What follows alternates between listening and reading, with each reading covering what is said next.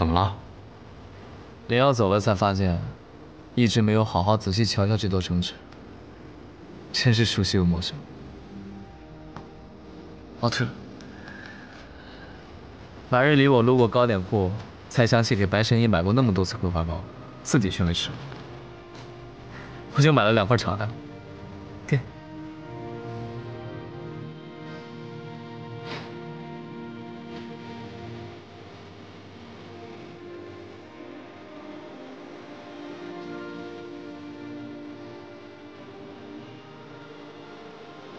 你笑什么？没什么，我只是忽然想到，我们认识20年，这好像还是我们第一次这样悠闲地走在夏夜的风里，一边吃着桂花糕，一边说着一些漫无边际的话。好像是的。或许，这便是行走在阳光下的感觉吧。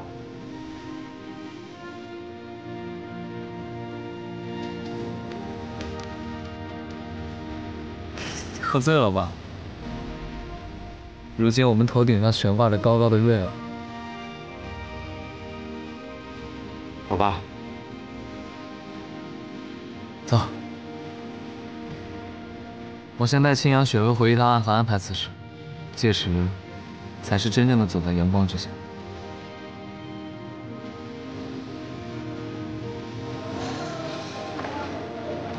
新鲜的莲藕嘞，新鲜的莲藕啊！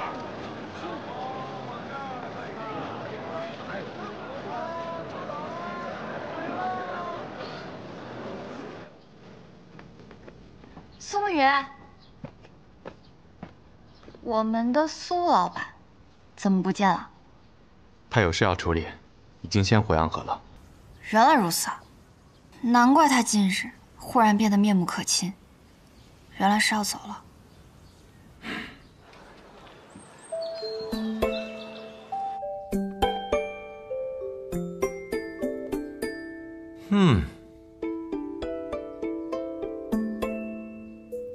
已无大碍了。师叔若以后再遇到什么问题，传讯于我便是。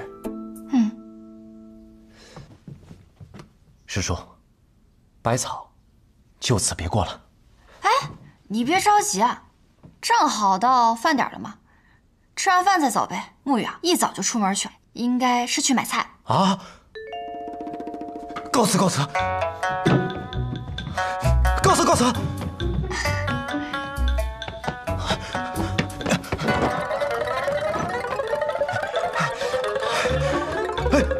药王着急离开啊！谷中有病人要诊，10万火急。师兄，马上到饭点了，吃个午饭再走吧。啊！今日立秋，应当要吃茄子，我打算亲自下厨。告辞，告辞告辞。哎，宇哥，你茄子买好了？买好了。新鲜的。新鲜的。外面买的熟食总归没有家里做的健康。苏沐雨，你是不是又要做饭了？这不是立秋的习俗吗？习俗？什么习俗？立秋吃茄子。你给我远离厨房！拿来吧你！你把菜给我，不就是个茄子吗？就给。你相信我，出不了什么岔子。这鬼才信呢！我研制了新的配方，你快给我！哎，给我嘛！要是昌河大哥在的话就好了，就可以下馆子了。关于唐连月的事情，你确定他回了唐门，就再也没有离开过蜀州？确切的说，是连唐门的大门都没有迈出过一步。他堂玄武使，虽不领官职，但有护卫天启职责。他只回了唐门一去不归，有几分意思。所以，一定是出事了。我们就去唐门提亲吧。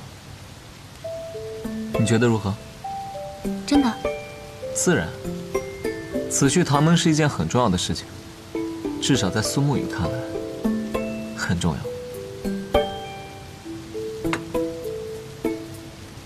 说吧，除了这件事，还有什么事？沐雨说，研究药人的诡异去了唐门，背后定是有什么阴谋，并且极大的可能是针对琅琊王的。而我想，唐连月和琅琊王关系密切，我们与唐门搞好关系，就是与琅琊王搞好关系。江湖嘛，多一个朋友就少一份危险。我们想要走在阳光之下，总不能没有朋友吧？青阳，你之前和雪薇去过一次蜀中，就由你们二人先行探路。遵大家长之命。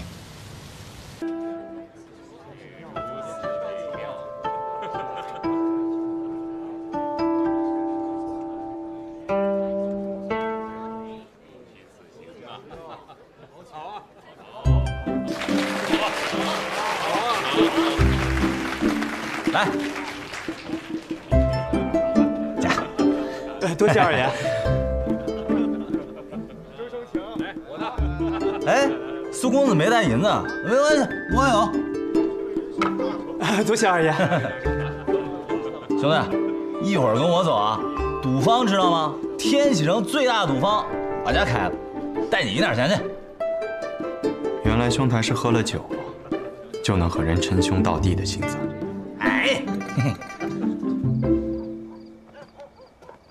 嘿嘿，这以前听闻苏公子的大名，都以为是什么人间修罗，没想到今日一见，竟是风流少年呀！哎，我与你一见如故，不如咱们这……谁敢在天启城中杀人？什么人鬼鬼祟祟，暗箭伤人？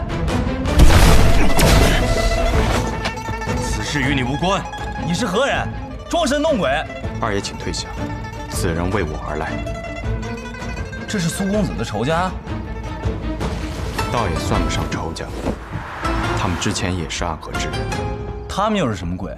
他们不是鬼，而是坐在神庙之中的神。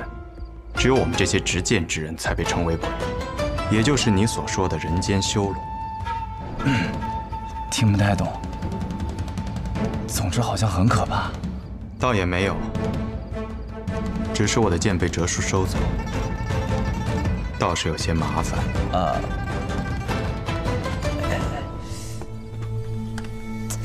我平日里是不太用武器的，只有这把匕首，必要的时候用来防身。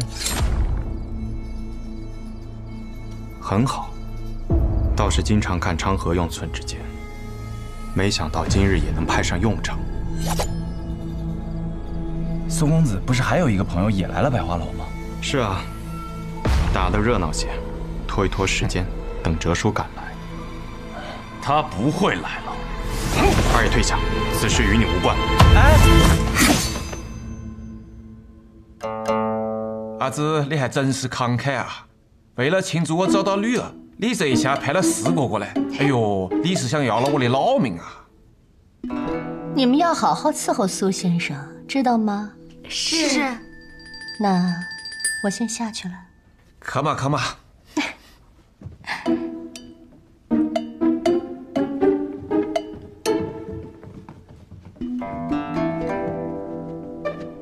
苏先生，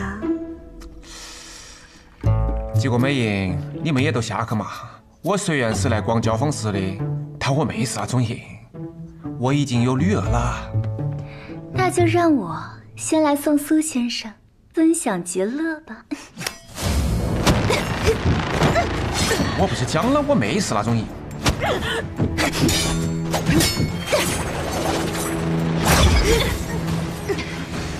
我已经过了做美人计的年纪了。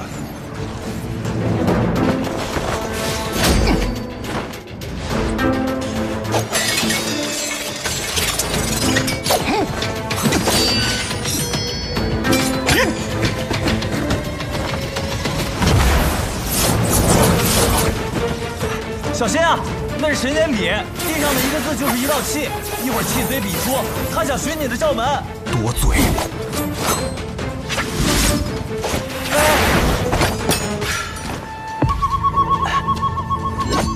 二爷，速速离开！苏公子，救命之恩来日必报，那你自己多加小心。起！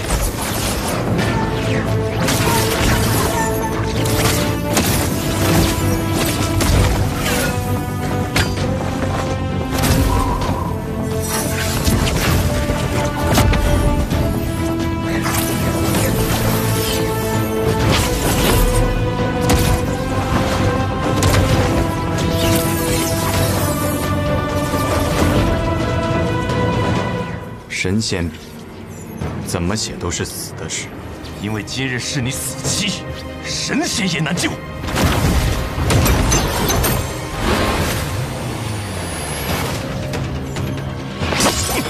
哎，小心啊！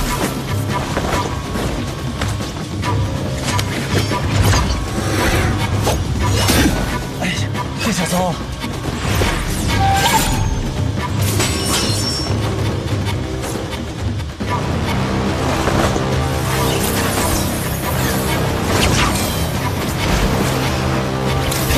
这怎么还下死手呢？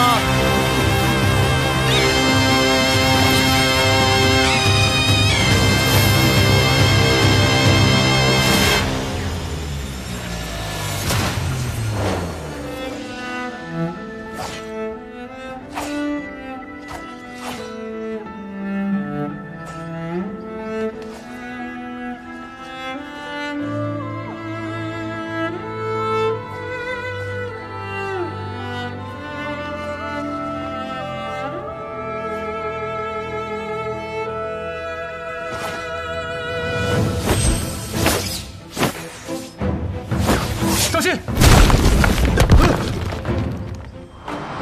苏沐雨，你干嘛呢？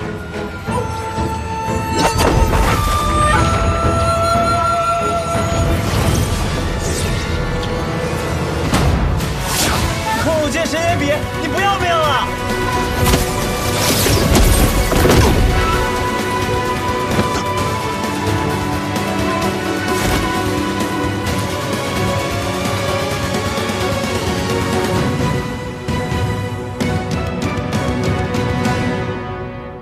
不愧为吴建成曾经的少主，居然会指剑。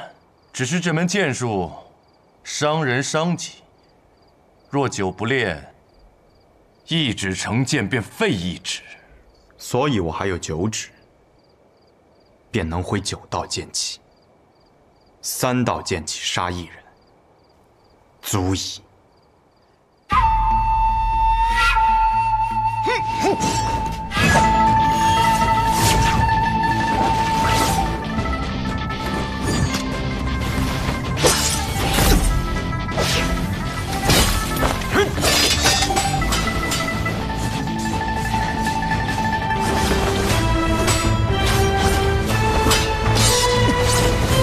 苏沐雨，吃了人间烟火之后就是不一样，叫方思都敢来了。是你父亲带我来的。哎，我作证啊，苏公子真的只是听曲儿。难道苏沐雨真是无辜的？那是自然。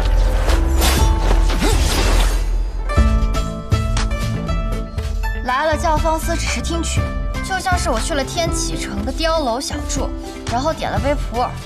你知道这叫什么吗？叫什么？又当什么立什么。当机立断。二爷，帮我照顾白神医。哎，好。打架还有机会插嘴啊！你先照顾好你自己吧。先生，涂在你那根受伤的手指上。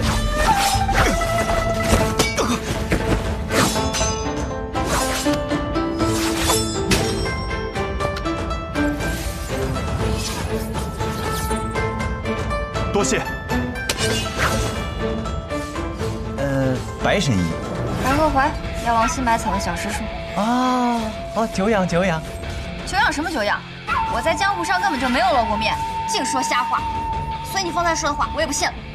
哎，不是我，哎，这姑娘，你这弄得我都不知道说什么好了。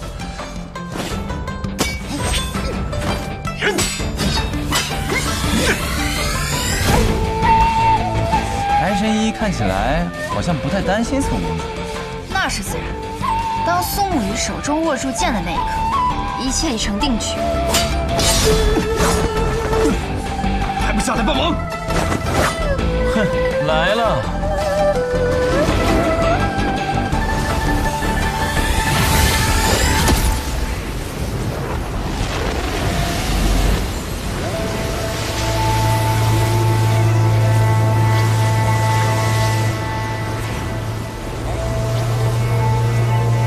这又是什么情况啊？无须之阵，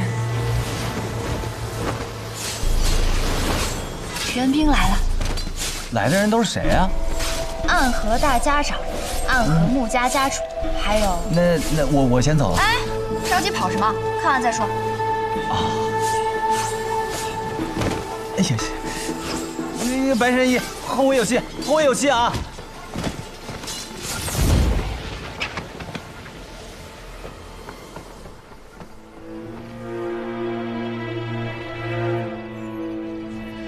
苏沐雨，哼，苏家主，没想到最后竟会被我的醉梦蛊制住吧？给我住手！苏昌河，你拦着我做什么？为什么不去救苏沐雨？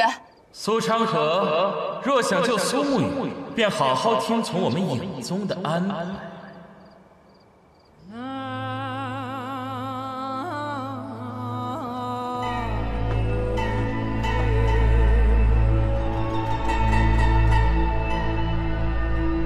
他中毒了。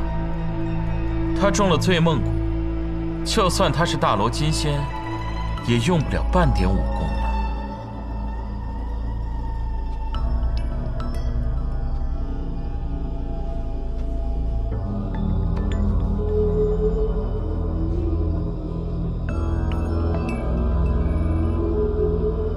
真气温和绵软，就像是进入了一场永不会苏醒的醉梦。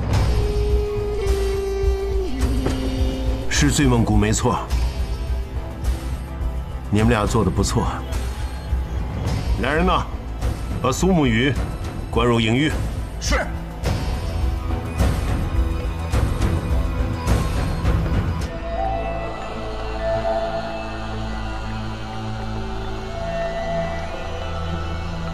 不过，怎么只有你们2个人？地官呢？他死了，毕竟想活捉苏沐雨，可不是那么容易的事情。可惜了。天官，你怎么一直不说话？兄弟死了，宗主只言一句可惜。可对我而言，却不仅仅是可惜这么简单。我不想说，宗主有何苦问？原来如此，倒是易某有些冒昧了。对了，易宗主，还有一个好消息要告诉你。哦，什么消息啊？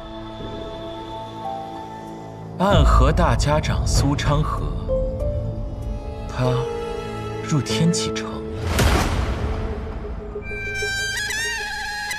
禀殿下，方才教坊司中出现械斗，双方分别是影宗的三官和苏沐雨。随后暗河大家长苏昌河赶到，但为时已晚，地官被苏沐雨所杀。苏沐雨中了醉梦蛊，已被影宗带走。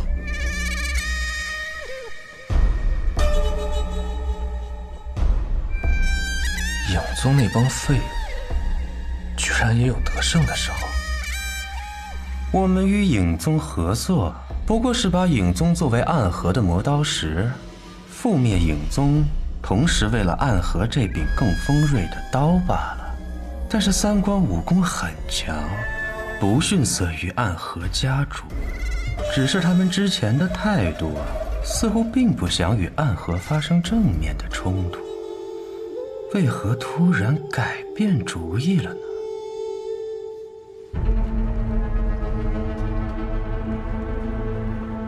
这隐喻之中，怎么空无一人？哼，曾经的影宗是天启城的影子守护者，可当光明最盛，连黑夜都能被照亮的时候，也就不需要什么影子了。如今的琅琊王掌控着守护天启、守护北离的权利，那么影宗这里，自然也就没有什么必要收押犯人。甚至有的犯人刚到这里没多久，便被琅琊王给提走了。难怪义卜这么想杀死琅琊王。哼，中了醉梦蛊还能说话？这醉梦蛊不比一般的毒药。这几个时辰，我已经试图运起真气，突破体内那道枷锁，可是到现在，依旧只能勉强说话罢了。哼，那是自然，这可是我最得意的东西了。三关之中，你最为特别。除了水关之外，你可还有别的身份？我叫苏恨水，我想为自己而活，而不是端坐在神殿上的一座雕像，一柄别人手中的刀。我明白了。什么人？不愧为暗河的大家长，居然能瞬间察觉到我的到来。你是谁？影宗，乌鸦。知道大家长入了皇城，特来一见。苏沐雨呢？他约我在此相候，为什么他人却不在这里？你想见苏沐雨？当然，他是暗河苏家家主，是我苏长河一生最好的朋友。就算我失去这个大家长之位，我也不允许他受到一点点伤害。你们若是敢对他做什么，我一定跟你们拼到底。哼，大家长不必如此紧张。苏沐雨现如今正在影宗宗门做客，一切无恙。只是什么？好可怕的杀气！说话！只是什么？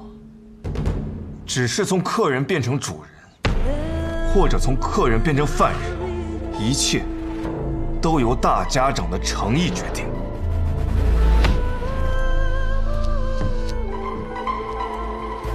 我的诚意？想试探我的诚意，是一件很没有诚意的事情，也是一件很危险的事情。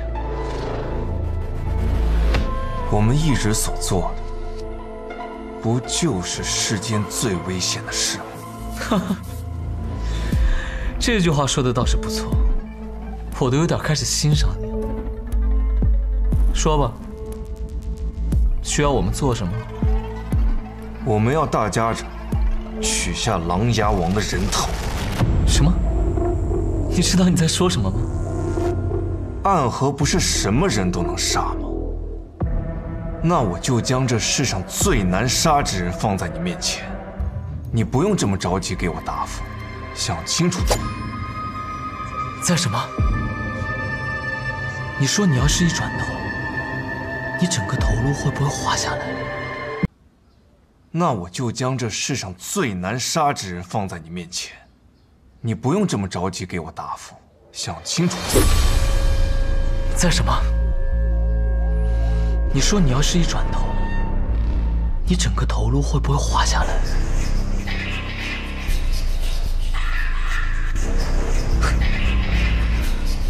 放心，我不会真的杀你，因为苏沐雨的命还在你们手上呢。我怎么能真的杀你呢？大家长，滚吧！既然苏沐雨还是你们的客人，那就多做些好吃的给他。他不吃辣，记住了。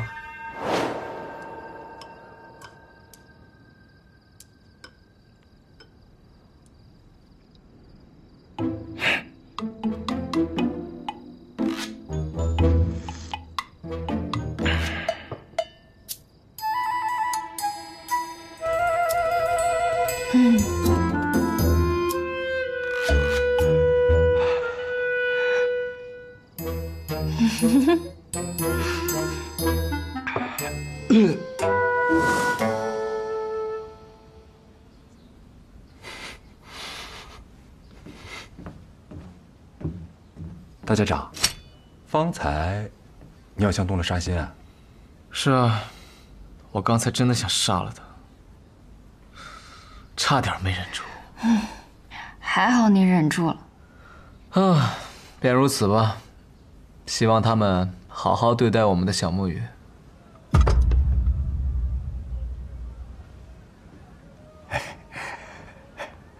殿下这来鸿去雁，用的是越来越好了。一点诡道之法罢了，都是当年李先生教的。哦，当年的李先生，他呀，虽然执掌天下第一学府多年，可他自己却是个离经叛道之人。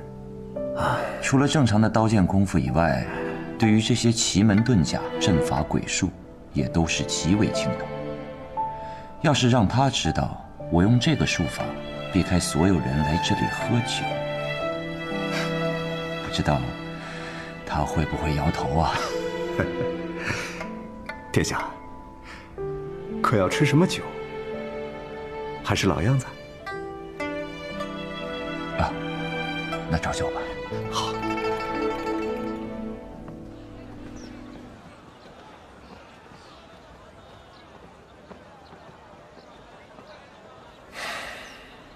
若不是跟了他一路，还真发现不了他。琅琊王在这饮酒。大家长，你吓我一跳。抱歉啊。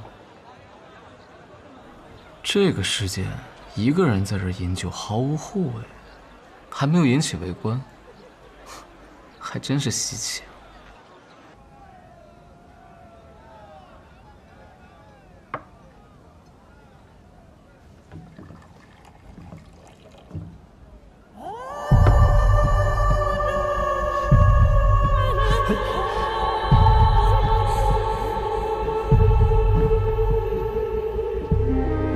再好喝的酒，带着仇一喝，也会变得很苦。你是何人？烦请将外头那些客人散了吧，明日去王府找管事报销今日损耗即可。是。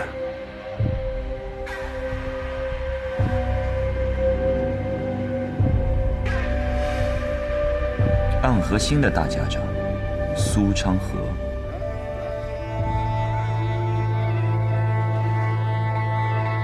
你很自信。人的野心自然要足够强大，才能有战斗一生的欲望。而对于我们杀手来说，能杀掉世上最难杀的人，就是我们最大的野心。说的倒有几分意思，这句话值得饮上一杯。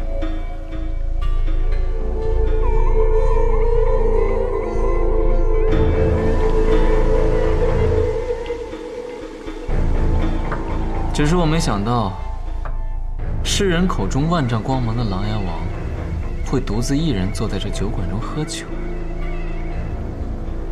你很孤独。我跟了你许久，你身边才是真正的无一人。因为今日的你，刻意让自己不被别人发现。哦。因为你刻意的想要看一看。这个天气，这个天下，没有你，琅琊王会是如何？是不是依然还是那个样子？是不是你这些年这么多的抉择取舍，根本就不值得？若你不是杀手，倒是值得真正和你喝上一场酒。很可惜啊，这世间不能没有你，琅琊王。在光明处你有人瞻仰，而在黑夜有我们在等你。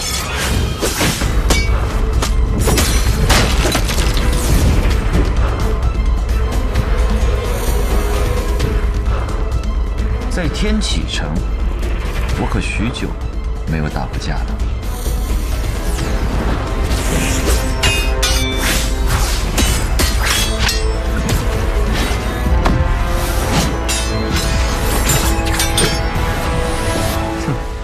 天下不肯拔剑，是想拖延时间？是我忘了该如何出家。忘了？我曾经有一剑名天下第三，是因为我师父李先生他有一剑，剑名天下第二，寓意我为天下第二，谁人敢称天下第一？那你的天下第三，便是自学堂李先生之后，剑术之道便在于你了。我真该和那个家伙换一下，让他来杀你。可我挥不出那一剑了。我还记得创剑时的快活，用剑时的豪迈。可如今，当我提剑而起时，便只觉得兴致寥寥，而后阙剑也没有回应我。好阙，只是一柄剑而已。名剑有灵。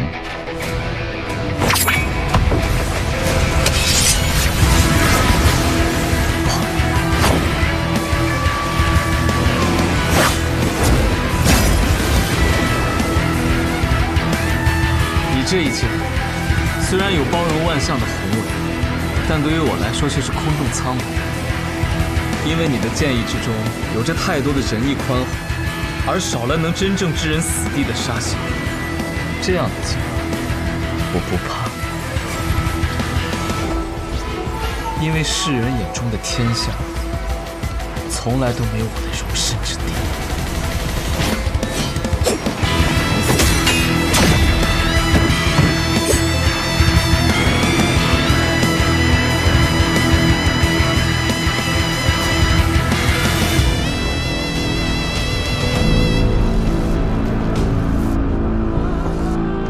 你这一剑杀的是人心，能褪去执剑者的杀意，而我不一样，我出剑便是为了杀人。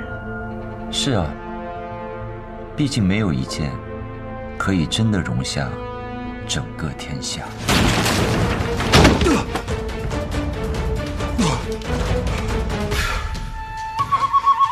大家长，拦不住。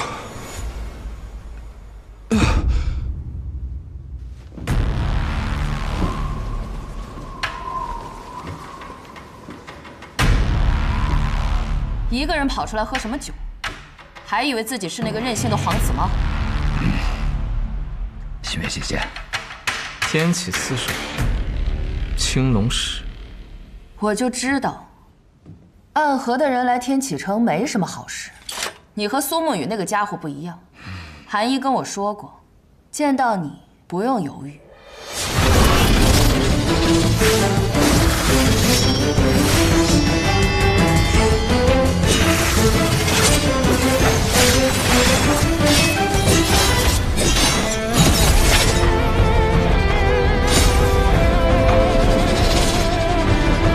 剑心中心剑万千，是比我还极致的杀人意。看来是我这万千星剑的威压还不够，让你竟然还有时间说话。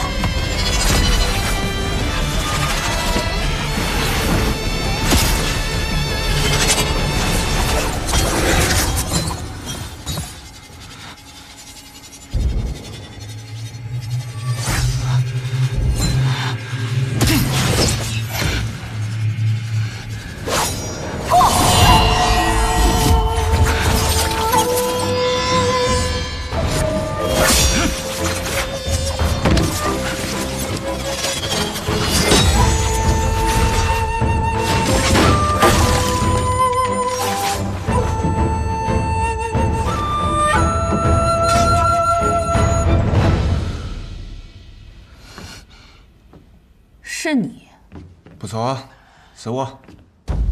就算你来了也没有用。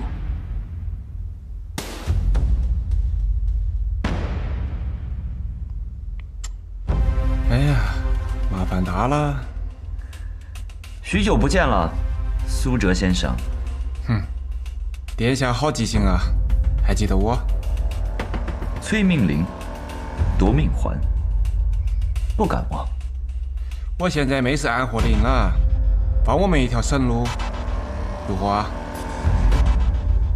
当年我护送镇西侯回京，有人花重金收买暗河，取我性命。当时的苏哲先生也曾在占尽上风之时放我们一条生路。新月姐姐，让苏先生离开吧。放虎归山，后患无穷。一定要搭。新月姐姐，让苏先生离开吧。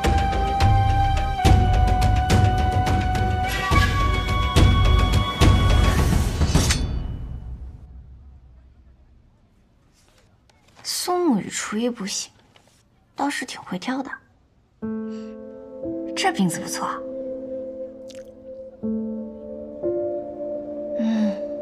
也不知道尹宗的那帮人对他好不好，不会像对犯人那样给他吃糠咽菜吧？怎么搞成这样啊？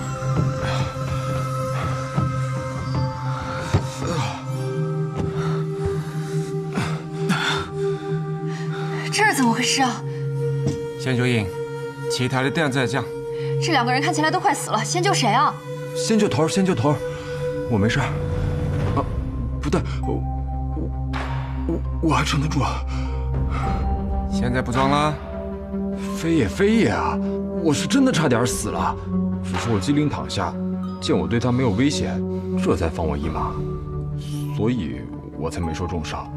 不像头这是被万箭穿心了呀。你闭嘴。这是遇到了谁？剑法竟这般可怕！天启青龙寺，心剑传音。先把血止住。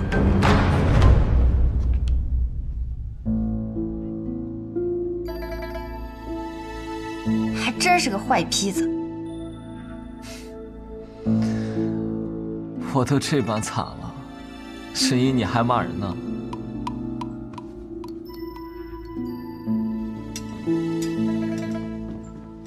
用这药，给苏昌河涂遍全身，1日3次，用完了再来找我要。这药便可以了。用这个我还嫌浪费了呢。说吧，你又在打什么坏主意啊？把自己弄得这般凄惨，看起来唬人，但实际上一点内伤都没有。搁我这儿演苦肉计呢？嘘。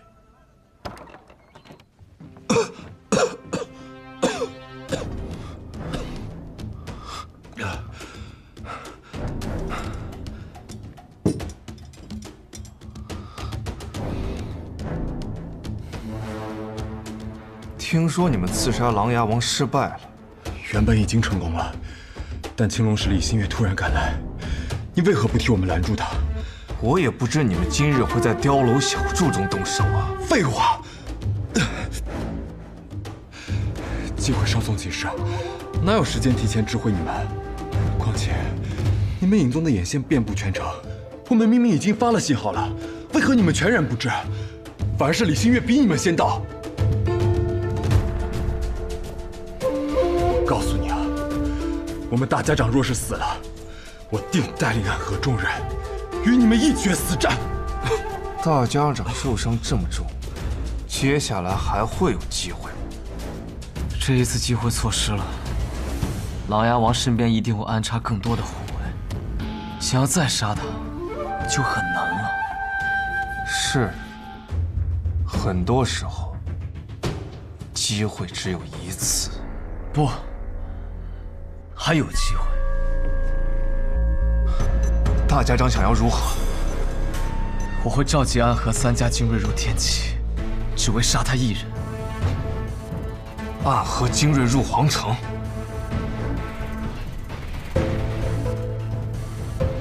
相信我，不会有任何人察觉到。等他们察觉到的时候，就已经死了。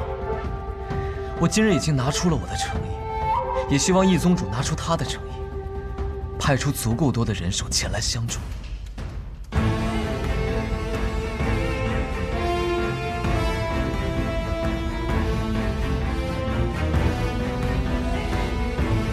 好。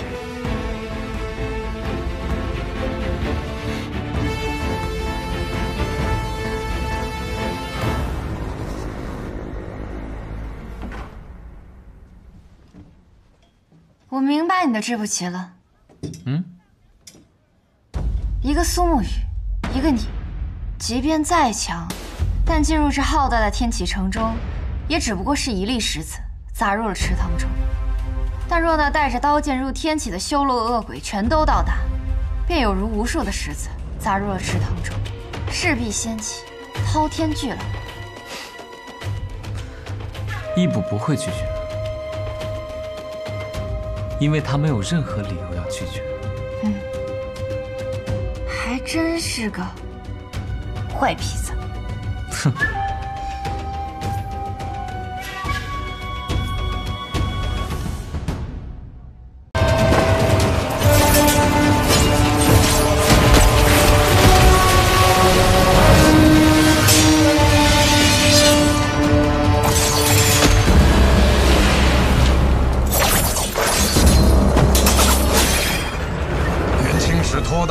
徒手接过几枚暗器，差点被毒死，我可不会再上当了。几枚暗器你能接住，那接下来万树飞花，你又如何应对？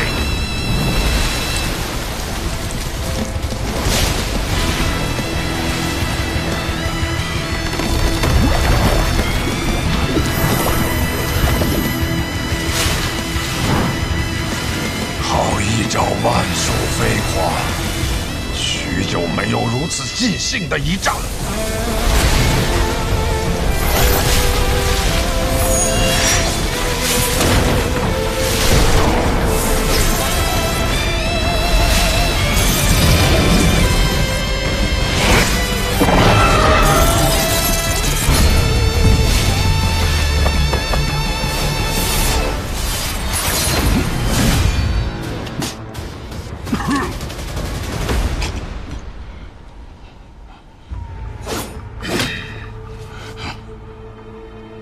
你我30年之约的这一战，本该只论胜负，不争生死。于杀手而言，没有胜负，只有生死。只可惜呀。可惜什么？可惜，方才你那瞬杀一剑，消耗了太多真气。也可惜，你以为自己是执棋者，却没想到，也是别人棋盘上的棋子。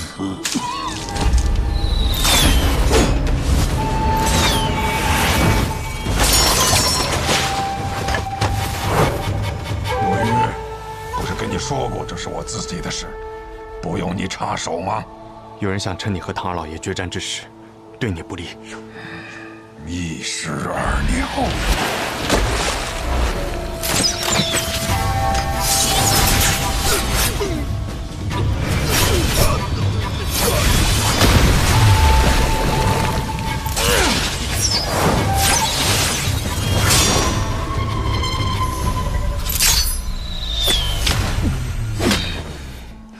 老伙计，你既然在决战之时动了杀心，你也晓得我这个人追求一个公平。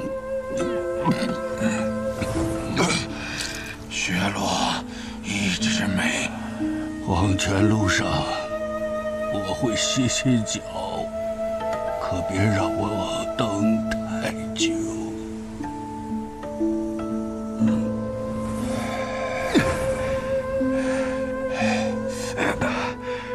大校长，我们立刻回暗河，找我们家最好的药师帮你疗伤。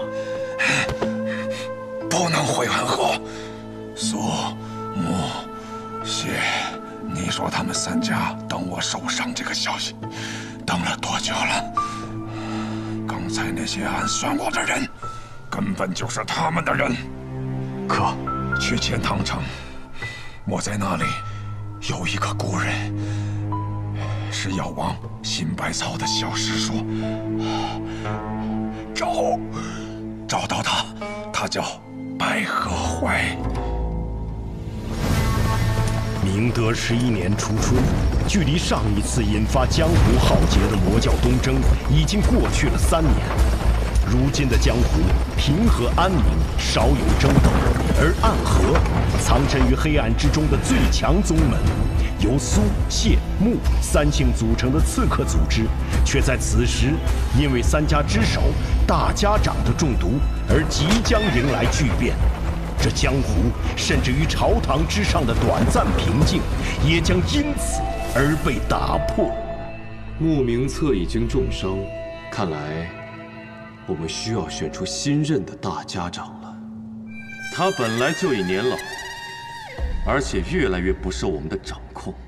那便传信给三家，若大家长身死，谁若能率先夺得绵龙剑，回到提魂殿复命，谁便是新任的大家长。这是要让暗河大乱呢，于大乱之中，才能诞生新的暗河之主。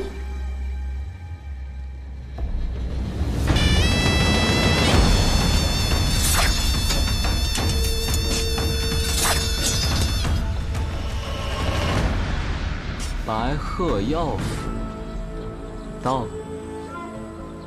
你的谢银江，他们要来这里寻找名医。是啊，大家长身中奇毒，命不久矣。而此处就住着药王的隐居的小师叔。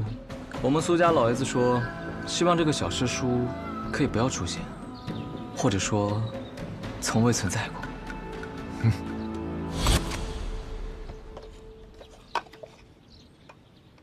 别人都是一口槟榔一口烟，飘飘欲醉做神仙。哲叔，你吃的怎么是话梅啊？以前有个女人和我讲，槟榔对身体不好。哦，你吃不吃？我就不吃了。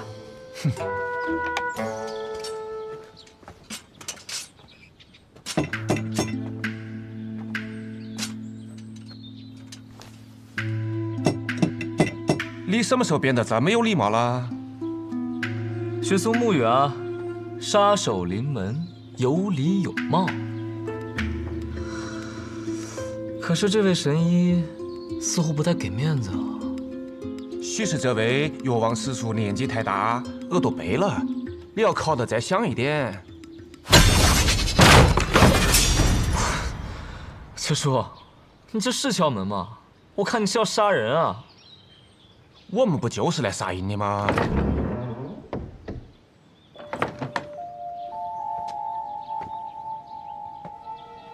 谁呀？敲门敲得那么大声，耳朵都要聋了。姑娘，敢问你家老先生是否在府上？我家老爷他出门巡诊去了，要不我帮你们去找找他。那便麻烦姑娘了。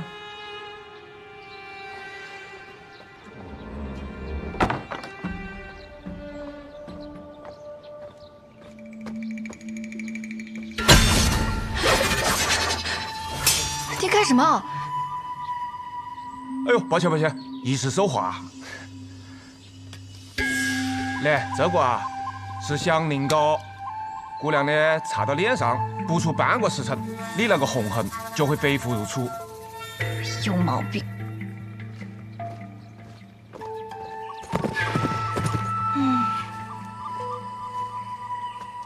可引药蛇追踪的香凝膏，这种小伎俩也想骗过我？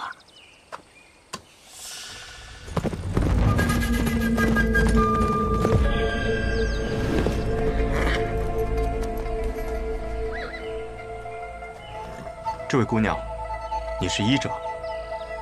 怎么？难道我看起来不像吗？抱歉，无意冒犯。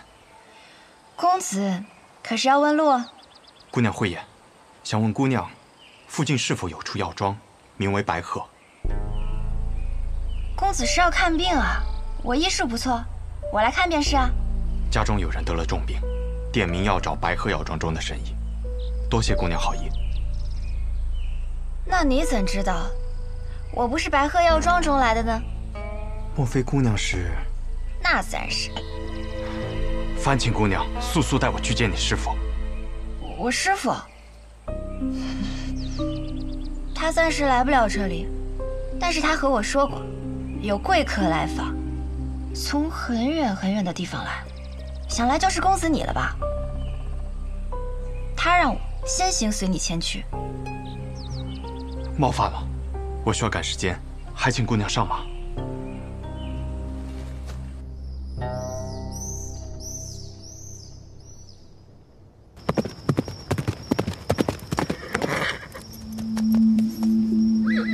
我们到了。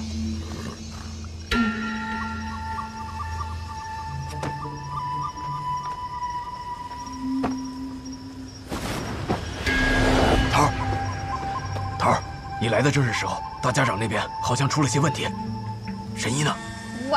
我这么大一个活人站在你面前，你怎么就看不见呢？这姑娘是神医？不是，那我走了。姑娘莫怪，这是神医弟子，过来帮他师傅看一下大家长病情。姑娘，请随我进去。嗯。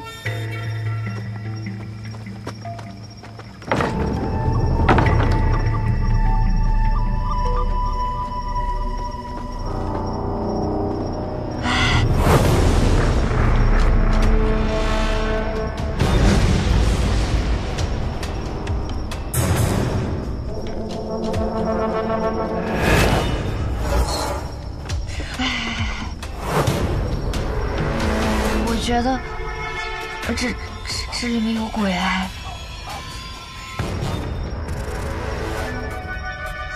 姑娘莫怕。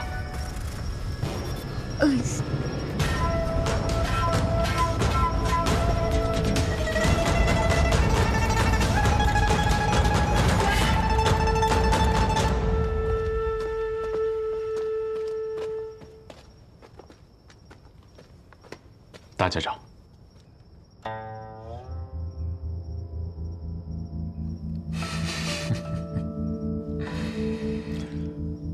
上次我见你的时候，你还是个流着鼻涕的脏孩子。我上一次见大家长时，大家长还是一个随时会准备拔刀的杀神呢。现在也随时准备着拔刀，不过头发白了而已。这手还是血红色的。行了，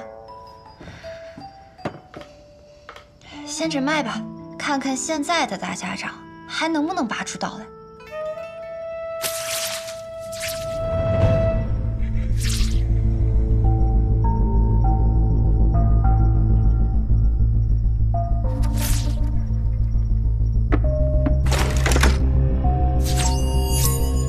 收起你的杀气，你若是不小心吓到了我，我手这么微微抖一下，你们的大家长啊可就死定了。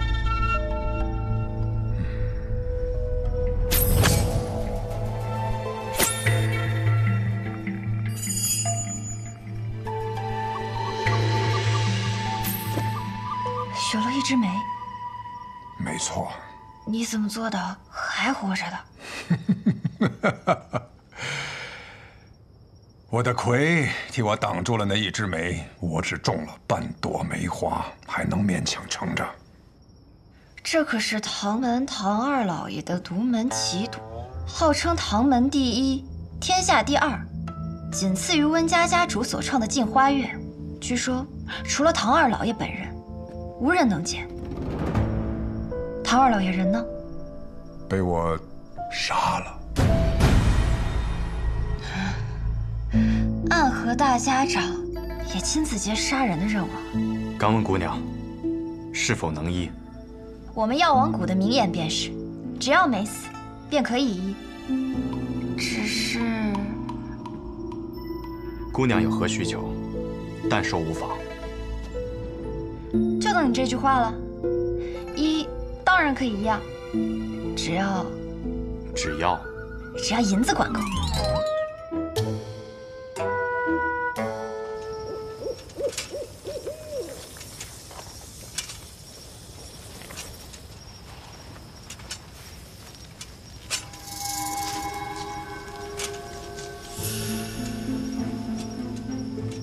看来对方是识破了你的伎俩，这才走出了多久，就把这药瓶给丢了。看来我们是搞错了。什么错了？我们放走的是真的神医。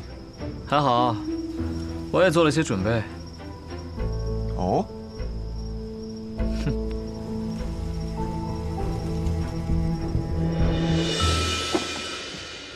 行了，你帮我找个住的地方吧，这来来回回的太麻烦了。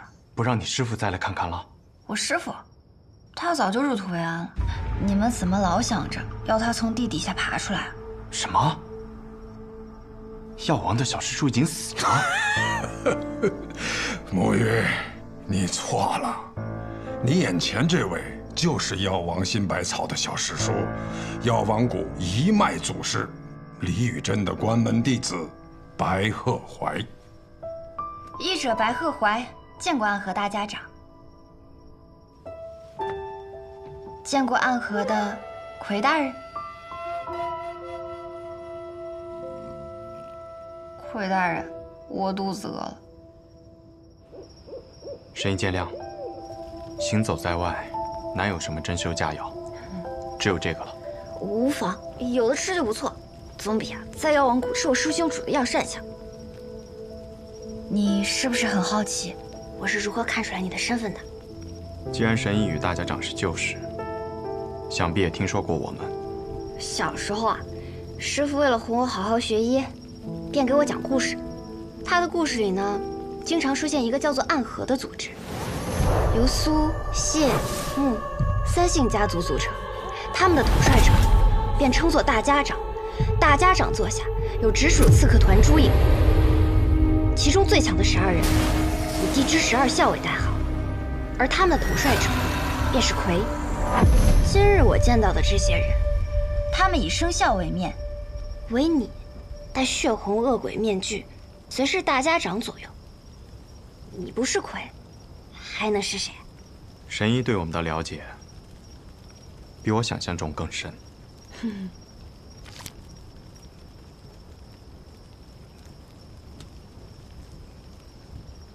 我还知道，每人的魁都是当做现任大家长培养的。这上一任的魁呢，他死了。抱歉，这些隐秘之事无法与神医细说。可是上一任的魁，他是我的父亲，这也不能问吗？神医说笑了。不信算，这人是死是活对你们倒是隐秘，可是你们身份特殊，标识却如此明显，此时就不考虑隐秘了。我也曾问过同门前辈，身为刺客，本该想尽办法隐匿身份，可为何我们却明明白白地把身份写在脸上？那人怎么说？这是意思个，你懂事吗？你怎么突然大舌头啊？不是我大舌头，是他大舌头。我想起来了，难道我白日里见到的那个人，他便是你的同门？他是不是手里还拿着一根法杖，上面套满了金环？这书居然也来了。还有一个玩匕首的，那是昌河。陈龙，准备一下，带上神医，即刻启程。是。去哪儿啊？九霄城，没有人比我更了解昌河。此刻我们定然已经入了他布下的局。宇哥，都准备好了。神医，这是卯兔，你随他动身，一路保重。魁大人，那便希望在九霄城中我们还能重逢。不必叫我魁大人，叫我苏沐雨便是。苏沐雨，还真是一个好听的名字。再见了。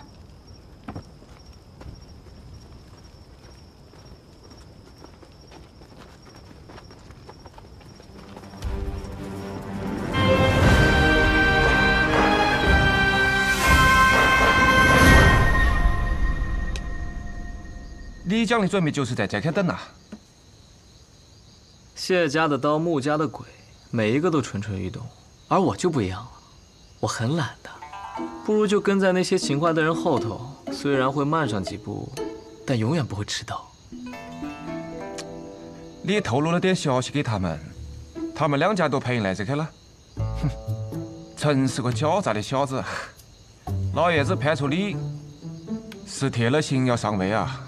唉，最聪明的我和最强的你，这是我曾经暗河第一高手，上一任魁大人。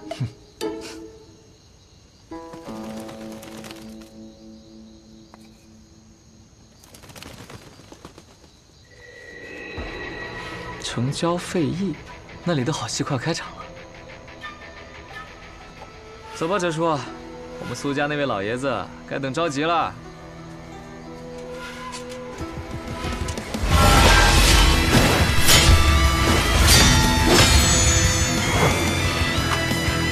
不愧是大名鼎鼎的直三鬼。此线为界，还请二位不要逾越。谢家的紫靴鬼和刀阎罗不应该出现在这里。没劲，倒是被你一下子看穿了身份。不过我们家主听闻大家长受了重伤，心中十分焦急，想着赶快将大家长接回总堂来疗伤。大家长无碍。大家长是否无碍，还请容许千机与大家长见一面，再予以确认。不然我就这么回去了，不好交差啊。你不好交差，与我有何关系？你不想让我们与大家长相见，是否是自己意图不轨，不想让我们及时救治？是个不错的理由，但这个理由想要成立，只有一种可能：杀了你。没错。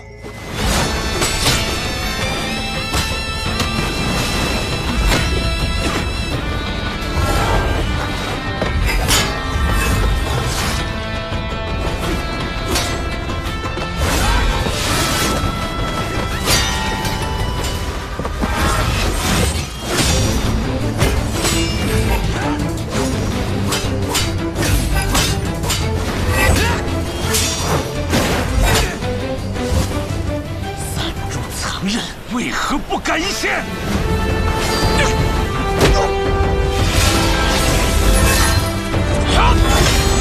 谢家的风舞之刀，不错。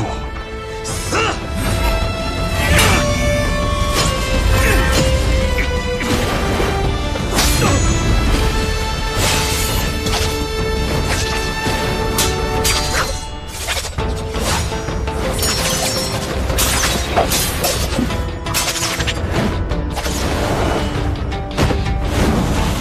你真以为我有那么弱？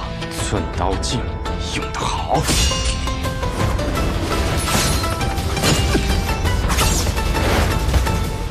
回去告诉你们家老爷子，若及时收手，那么这段时间的事情，大家长可以装作无事发生；若继续这般执迷不悟，就别怪我们朱隐无情了。你今日是打算放过我们？暗河同门，皆是家人。走。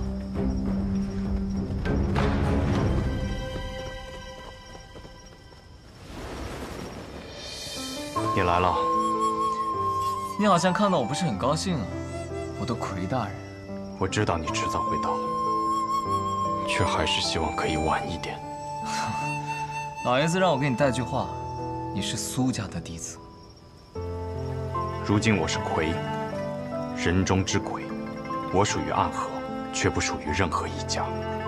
你总是这么正经啊，一点意思都没有。当无名者的时候，每天起早贪黑的练剑，做一个勤勤恳恳的无名者；做刺客的时候，每一个任务完成的妥妥当当，一丝不苟。现在做了魁，还是这么兢兢业业。你的大家长都快死了，你还要强拖着给他陪葬吗？大家长无碍，这样的传言不该由你说起。他若无碍，又怎么会来找那什么新百草的小师叔？你杀了他，把绵龙剑拿来，你可以拿到你最想要得到的自由。是啊，离开苏家，离开暗河，去你想去的地方，做你想做的事。你知道呢，暗河从未有过这样的先例，而我们那位老爷子愿意为你破例。若我拒绝呢？我们姓苏，在苏家生活了这么多年，而你身为魁，跟着大家长也不过几年。你跟他的情分，能有和苏家的深？我不管你的想法究竟如何，如今我是魁，我的职责便是守护大家长的安危。任何事，任何条件，都必须在这件事的前提下。